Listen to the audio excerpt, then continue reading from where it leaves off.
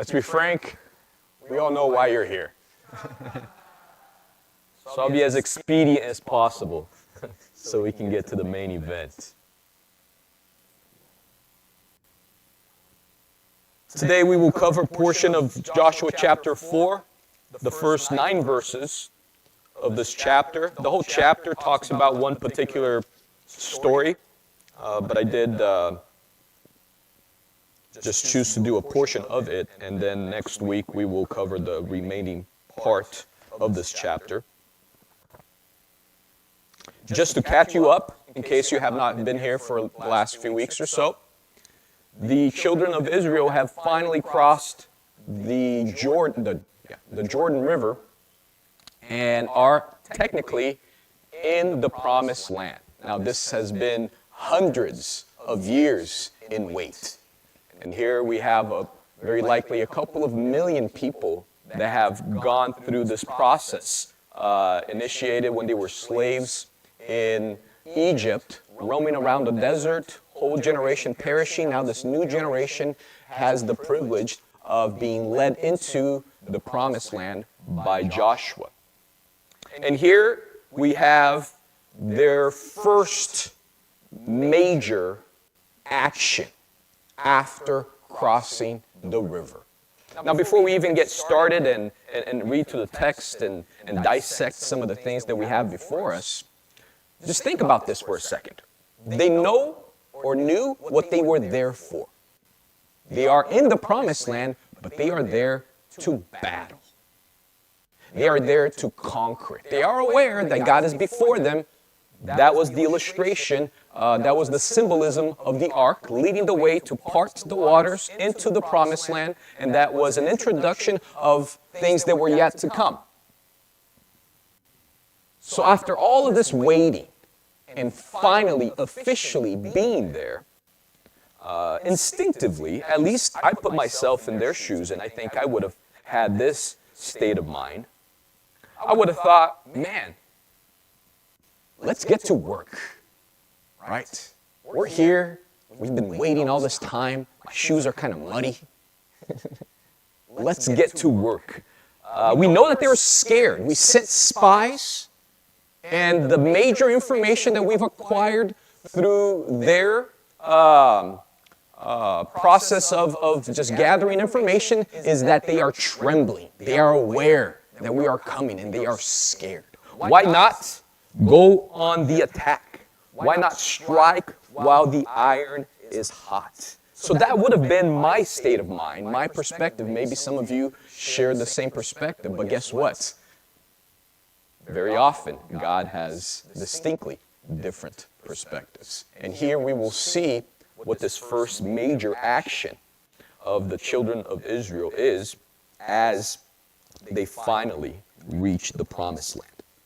Let me read to you the first 9 verses of this chapter, and you can follow along either in your Bibles, your gadgets, or in the projection in front of you.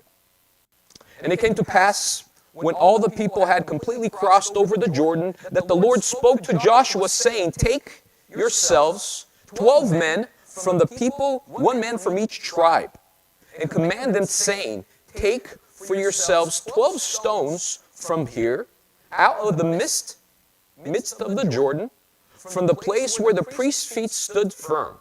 You shall carry them over with you and leave them in the lodging place where you lodge tonight." Then Joshua called the 12 men whom he had appointed from the children of Israel, 1 man from every tribe.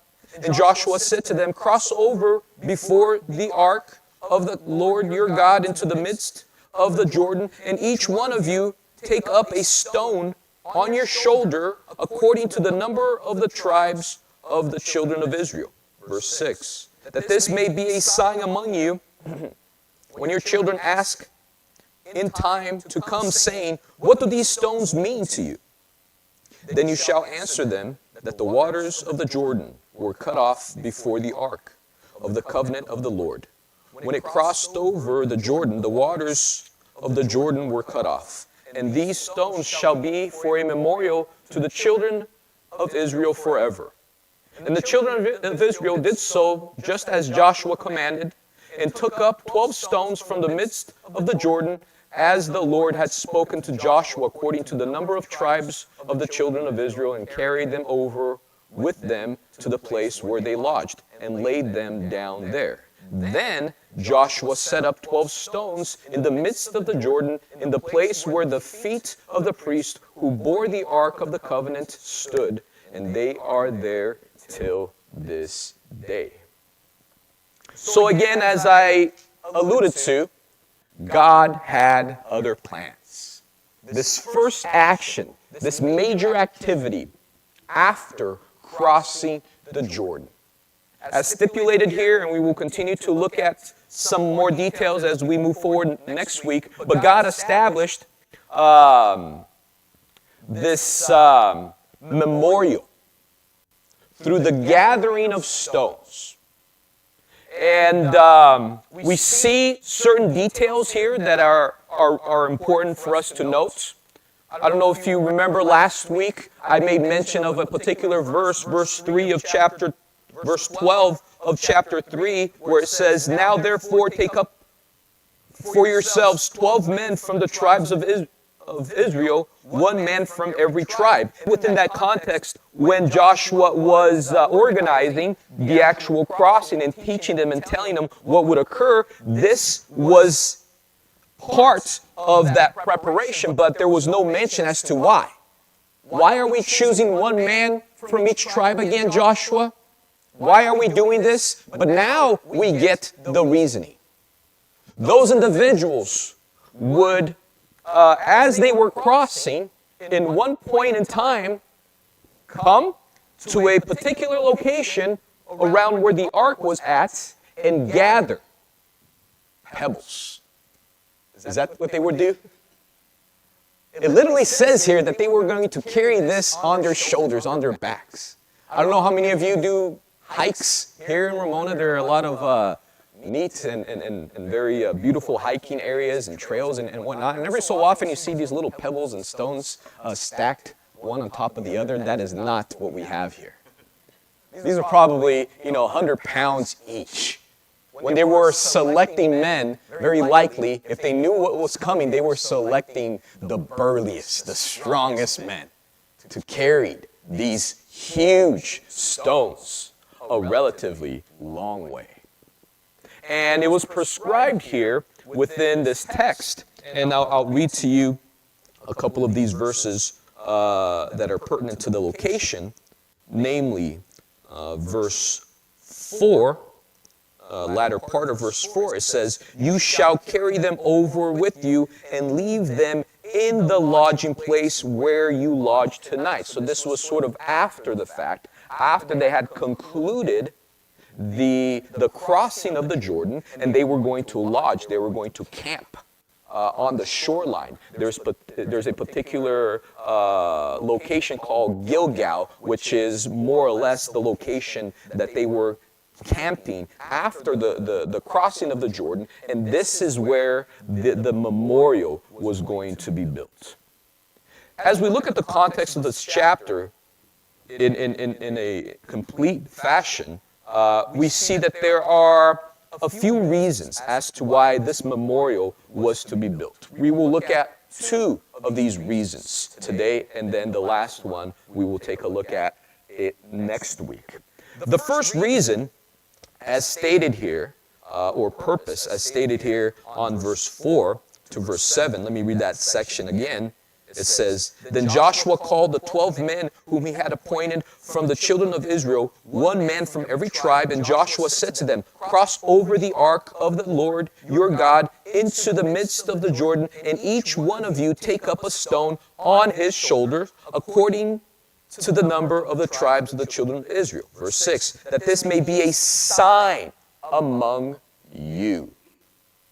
So this first reason is an obvious reason. That is why we have memorials. That is why we have placards. That is why we have sculptures and stones, to remember something or someone.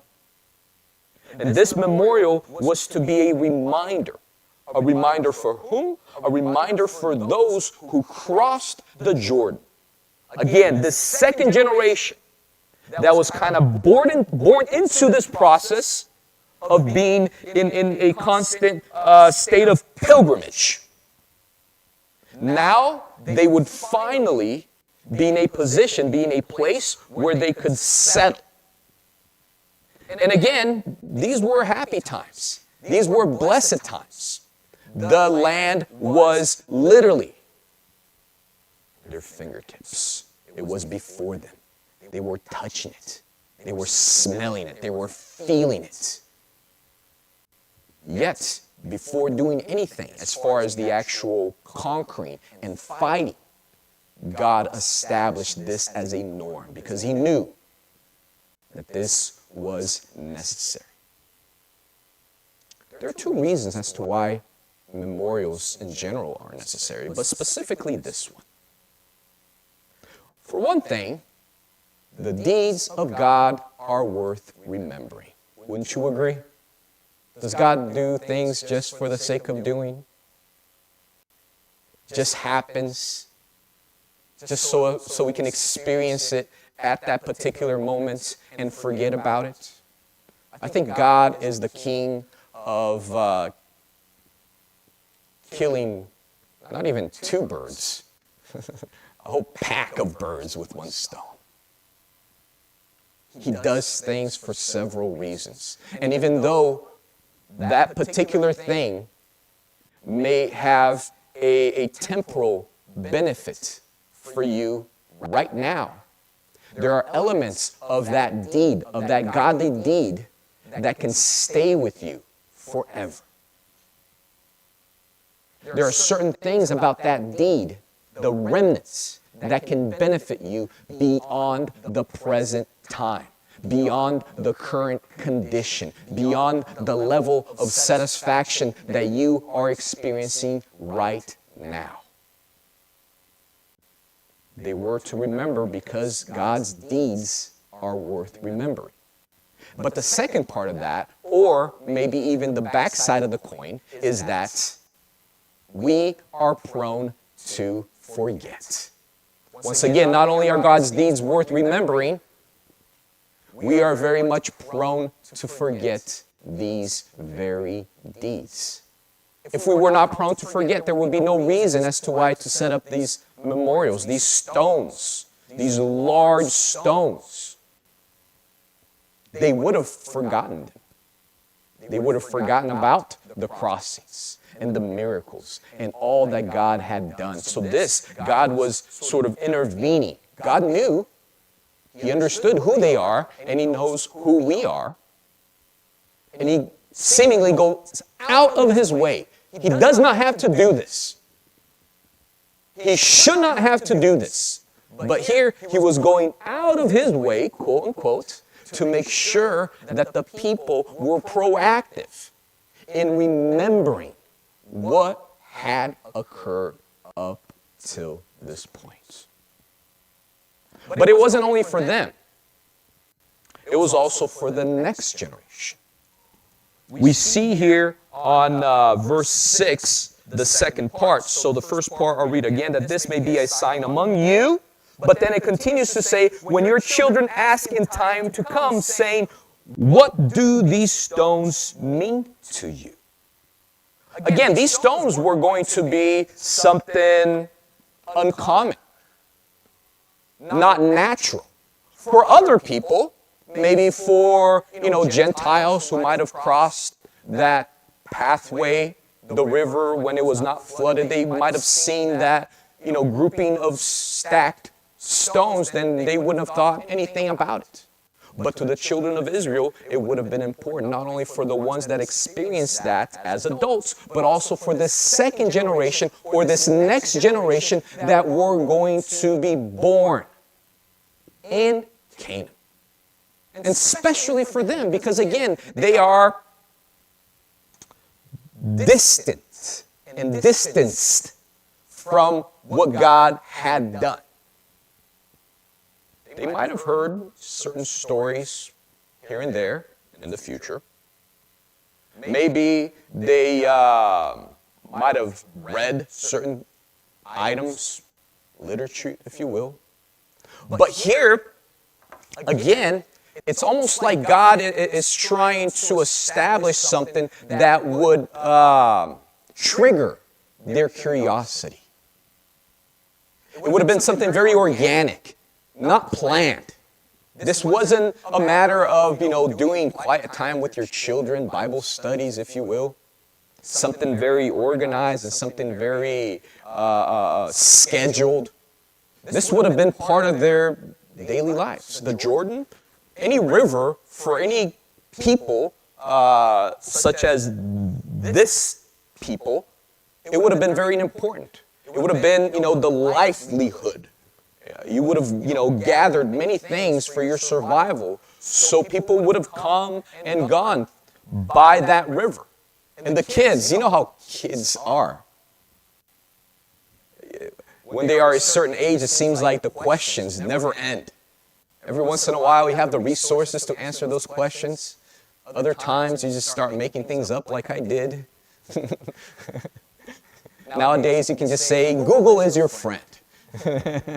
Go do some research. But kids are curious, naturally. They want to experience the world. They want to understand things. And again, God was going out of His way to trigger this natural curiosity that children had, but to line them up so that this curiosity would be focused upon Him. So they'd be walking around, Dad, Mom, let's go fishing. Let's go swimming. Let's just take a stroll by the river. And the kids will be looking at the topography, the mountains, the hills, the animals, the dirt, nature itself. And they would stumble upon this weird collection of rocks. Big rocks. Here it's stated that it is here till this day, meaning this was written after the fact, but it was standing there for a while, as it was meant. And the kids would ask, hey, what is that all about?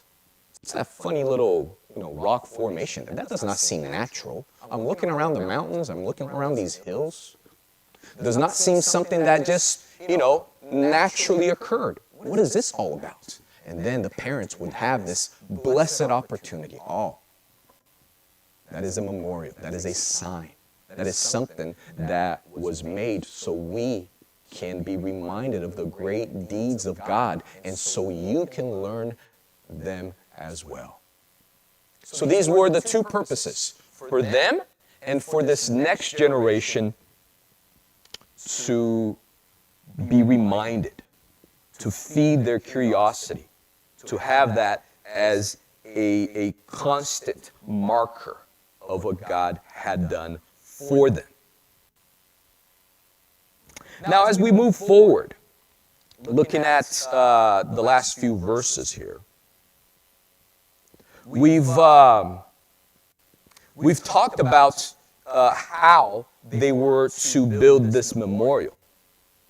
But then when we get to verse 8 and 9, something weird happens in comparison to how this was to be built initially on verse 3. So let me read verse 3 again, and then I'll jump ahead and I'll read verse 8 and 9. So pay attention one more time as I read verse 3. And command them, saying, take for yourselves 12 stones from here out of the midst of the Jordan, from the place where the priest's feet stood firm. You shall carry them over with you and leave them in the lodging place where you lodge tonight.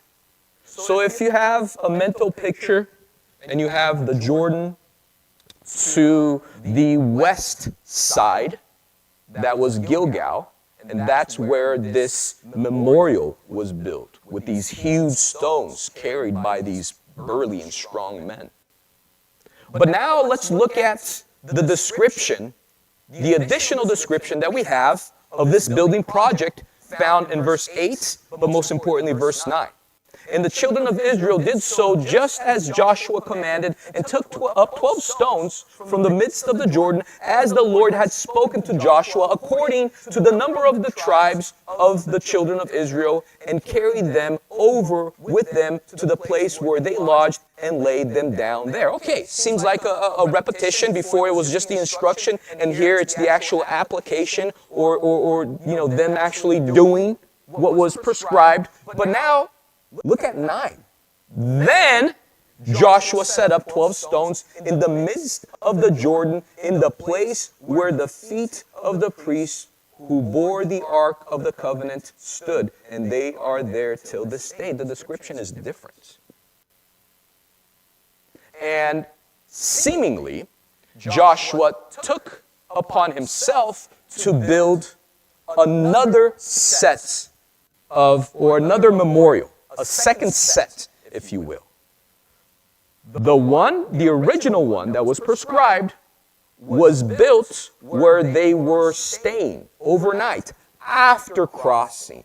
This one is being described as one that was built in the place where the Ark of the Covenant stood as the priests were going into the river. And we have one of two choices. Either this was built sort of right in the middle, which is kind of hard to understand how actually that would come to be, but theoretically it could happen if the waters were still parted, and then you build that memorial, and then when the waters come back to normal, it is flooded. But then in times of drought, then you can see it again as the water lowers. Or the other option is that on the other shore, the eastern shore, another set of stones were built up as a memorial. Either way you look at it, it was redundant for a reason. Why? Why another one? Go back to the same point. We are just so hard-headed. It's almost like, okay, if you're on this side of the Jordan, this serves as a reminder. But if you're on the other side of the Jordan, and it's kind of far away, you have no excuse. We know that certain tribes inherited that portion of land east of the Jordan. It wasn't just the western part of the Jordan that the land was inhabited by the children of Israel. So it was almost like Joshua, being a good leader, he wanted to cover all bases. Okay, here is the pile of rock, but I know these people. I know me, and I know them, most importantly. I know what's going to happen. So let me go ahead and build another memorial on the other side. Let's double up. All of this effort, and again, no battle yet. No technically conquering the land. And it seems like this is something that they could have done afterwards, right?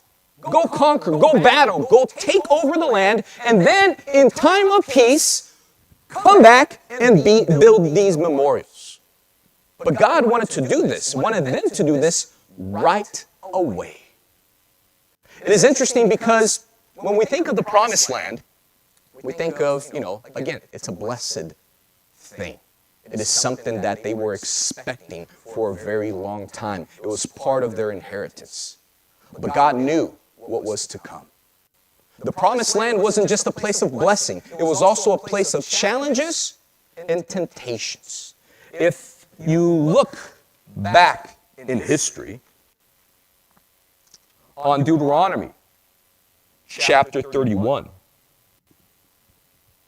and this is when Moses was still in charge.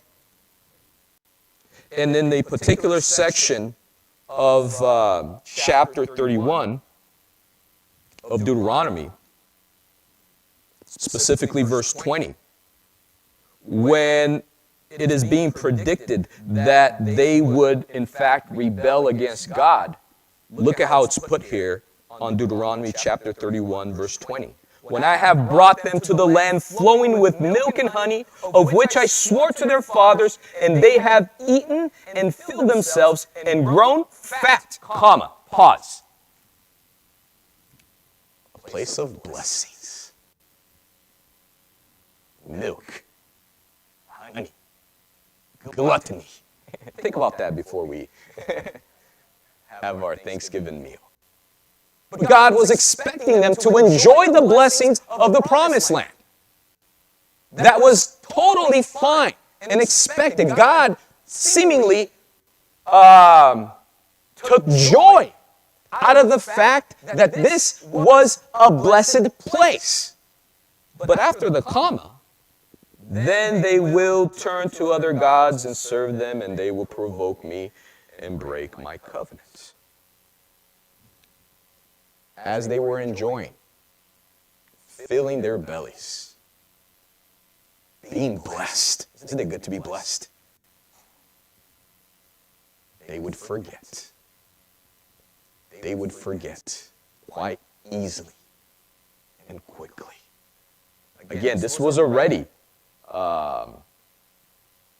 predicted. God knew that this was going to occur, and he was trying, quote unquote, his best to impede this from happening. Memorials,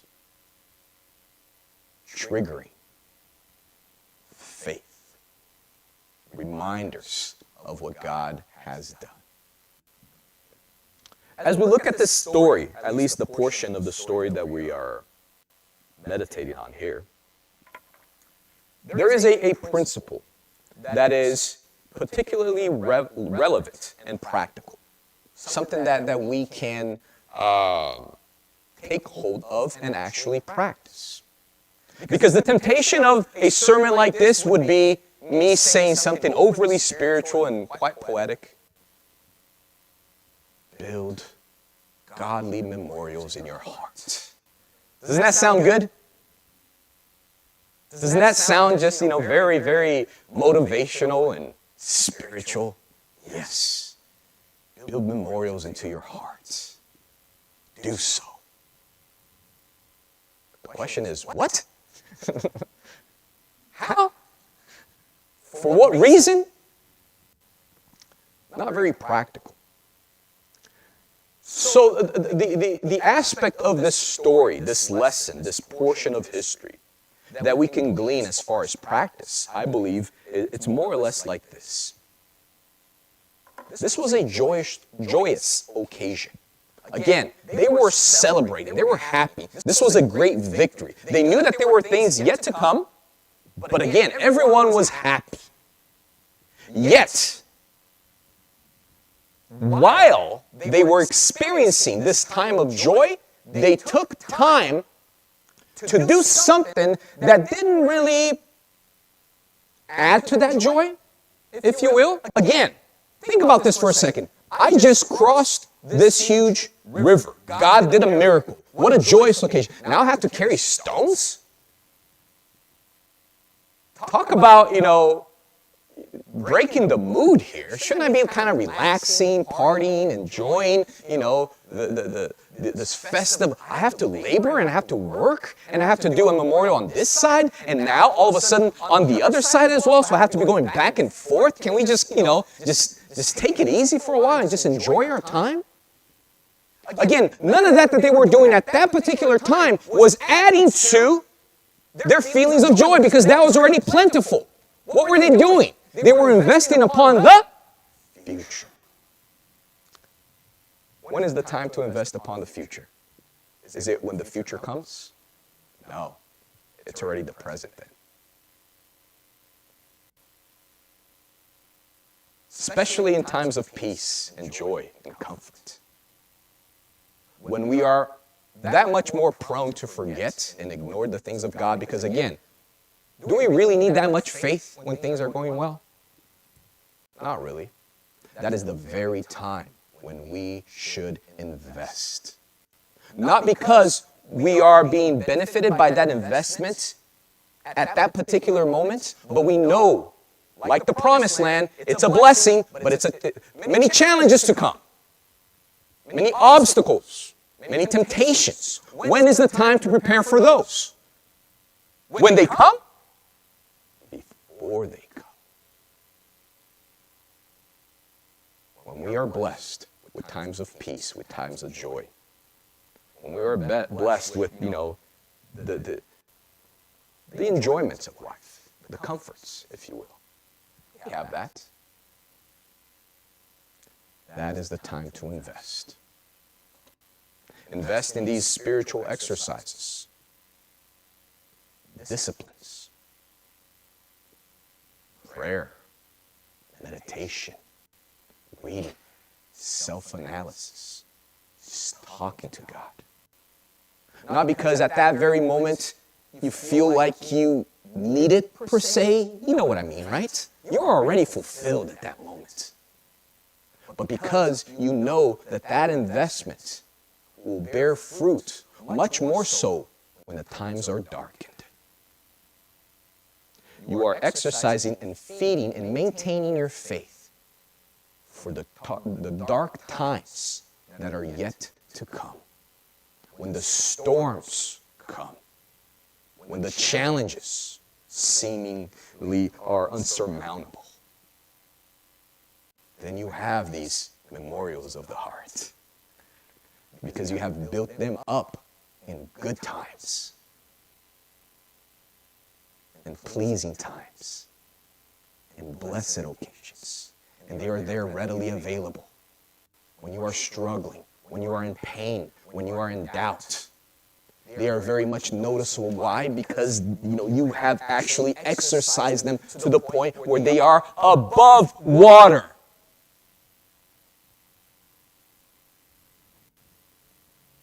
You're just kind of walking around, not really necessarily thinking about the things of God, and then just something pops up into your head.